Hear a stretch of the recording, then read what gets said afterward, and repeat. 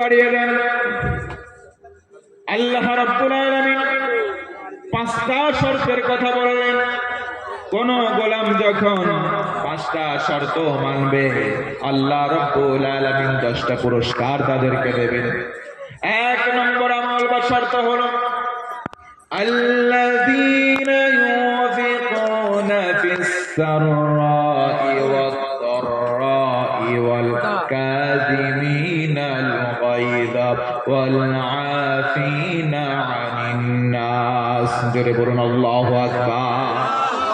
এক নম্বর আমল হলো আল্লাযীনা, ওই সমস্ত মানুষের গুণ বললেন, আল্লাযীনা যারা ইউনফিকুনা ফিস সাররাই ওয়াদ দাররা, নিজের সচ্ছল অসচ্ছল দুই অবস্থায় যারা দান করবে। দুই নম্বর হলো ওয়াল কাযিমিনাল গায়যা, নিজেদের মধ্যে রাগ রয়েছে, আল্লাহ বলেন যারা রাগকে সংবরণ করবে, যারা নিজেদের গোসাকে অবনমিত করবে, নিজেদের মধ্যে রাগ বেড়ে যায়। আল্লাহ রাসূল বলেন উম্মতেরা, মানুষের রাগ রয়েছে, এই রাগকে দমন করতে হবে, কারণ রাগ আসে শয়তানের পক্ষ থেকে। রাগকে দমন করার মেডিসিন রাসূল বললেন, কারো মধ্যে যদি রাগের উদয় হয়, তার অবস্থা সে পরিবর্তন করবে।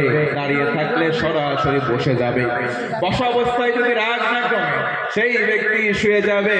শোয়া অবস্থায় যদি রাগ না কমে, সঙ্গে সঙ্গে উত্তম রূপে একটা ওযু করবে। রাগকে পানি বানাবেন যিনি, তিনি কে? আল্লাহ। জোরে বলেন তিনি কে? আল্লাহ রাব্বুল আলামিন। তারপরে বলেন ওয়াল আফিনা আনিন নাস। 3 নম্বর গুণ হলো অধীনস্থ মানুষগুলো আপনার কাছে অন্যায় করতে পারে, আপনার অধীনস্থ মানুষগুলো অপরাধ করতে পারে, ওই মানুষের অন্যায় বা অপরাধ আপনি কখনো নিজের মধ্যে পুষে রাখবেন না, সঙ্গে সঙ্গে আফিন, আপনি ক্ষমা করে দেবেন। জোরে বলুন ইনশাআল্লাহ। এক নম্বর গুণ হলো দান করা লাগবে আল্লাহর রাস্তায়। 2 নম্বর হলো চেক দেওয়া লাগবে, সংবরণ করা লাগবে। 3 নম্বর হলো মানুষকে মাফ করে দেওয়া লাগবে। জোরে বলেন ইনশাআল্লাহ। 4 নম্বর আমল হলো যখন আমরা পাপ কাজ করে ফেলবো, আও যালামু আনফুসাহুম, অথবা নিজের নফসের উপরে জুলুম করে ফেলবো, ওই সময় যাকারুল্লাহ, আল্লাহ তাআলাকে স্মরণ করব। তার মানে পাপ করব যখন, স্মরণ করব আল্লাহকে, ঠিক তখন। জোরে বলেন ইনশাআল্লাহ। সকল প্রকার ফাহশা কাজ থেকে, সকল প্রকার মুনকার কাজ থেকে, সকল প্রকার পাপিষ্ঠ কাজ থেকে রক্ষা করতে পারে একটা আমল। আল্লাহ তাআলা বলেন ইন্নাস সালাতা তানহা আনিল ফাহশাই ওয়াল মুনকার। জোরে বলুন আল্লাহু আকবার। মানুষকে পাপ থেকে বিরত রাখতে পারে একমাত্র নামাজ। জোরে বলেন তো, নামাজ কয় ওয়াক্ত? একটু জোরে বলেন, কয় ওয়াক্ত? আজকে সমাজের মানুষ সবাই 5 ওয়াক্ত নামাজ পড়ে না। এই মুসল্লিদের নাম আমি দিয়েছি 5 প্রকার। কিছু কিছু মুসল্লি আছে দেখবেন শুকুর আলী, সারা বছর নামাজ নাই, শুধু জুমার দিনে শুক্রবারে যায়, এদের নাম হলো শুকুর আলী। আবার কিছু কিছু মুসল্লি আছে রমজান আলী, সারা বছর খোঁজ নাই, রমজান আসলে তাদের জ্বালায় নিয়মিত মুসল্লিরা সামনের কাতারে জায়গা পায় না। কথা বলেন ঠিক কিনা? আরেক প্রকার মুসল্লি আছে বরাত আলী, সবে বরাতের রাত যখন আসে, এই মসজিদে 2 রাকাত 2টা ঠোকর দেয়, সিন্নি নেয়, আরেক মসজিদে চলে যায়, আবার পাড়ার ওই পাড়ায় চলে যায়, ওখানে 2 রাকাত, আবার আরেক জায়গায় 2 ঠোকর, সব জায়গা থেকে সিন্নি ঠোকাই। এদেরকে নাম দিয়েছে আমি জিলাপি খোর। কথা বলেন, এমন মানুষ শুধু বাংলাদেশে না, আপনাদের এলাকাও আছে নাকি ভাই? এরা হলো বরাত আলী।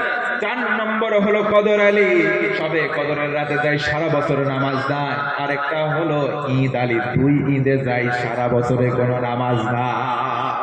নামাজ পড়বো নাকি আমরা ছাড়বো?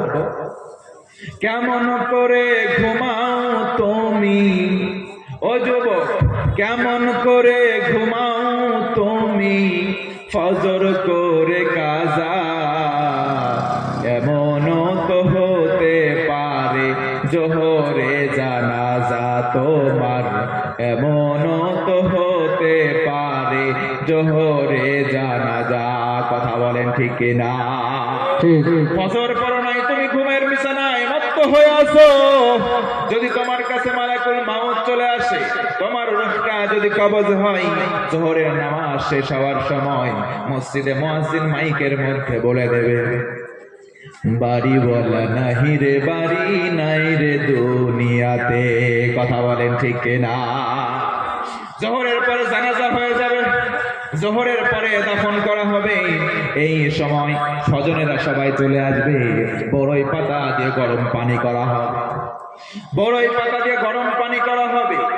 আর তখন বলা হবে, সাজিয়ে গুজিয়ে দে মোরে সজনী তোরা, সাজিয়ে গুজিয়ে দে মোরে।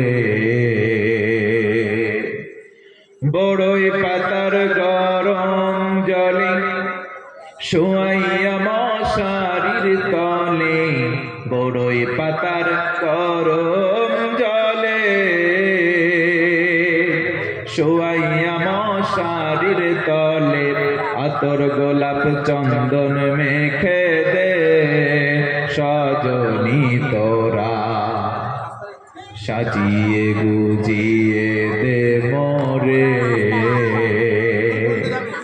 একদিন আমরা সবাই বিদায় নিয়ে চলে যাব, তার আগে আমাদের 5টা আমল করা দরকার।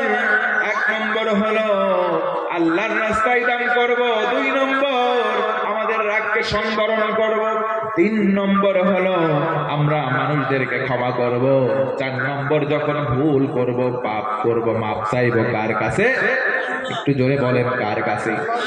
5 নম্বর হলো আমার আল্লাহ বলেন, যেই পাপগুলো করে ফেলেছে তওবা করে ফিরে এসেছো, ফিরে আসার পর একটা অবস্থা, ওই অবস্থায় 5 নম্বর আমল হলো ওই পাপের কাজগুলো পুনরায় আর না করা। আল্লাহ যেন আমাদের কবুল করে, জোরে করা আমিন।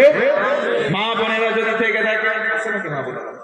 মা বোনদের সম্পর্কে কিছু কথা বলবো নাকি শেষ করে দেবো? আমার মায়েরা, আমার বোনেরা, তাদের অনেক হক আছে, পুরুষের তুলনায় তাদের সংখ্যা বেশি। তাদের সম্পর্কে আজকে এমন কিছু তথ্য দেব, বিভিন্ন হাদিস থেকে 7টা গুণ বলবো। এই 7টা গুণ হলো ইহুদি নারীদের।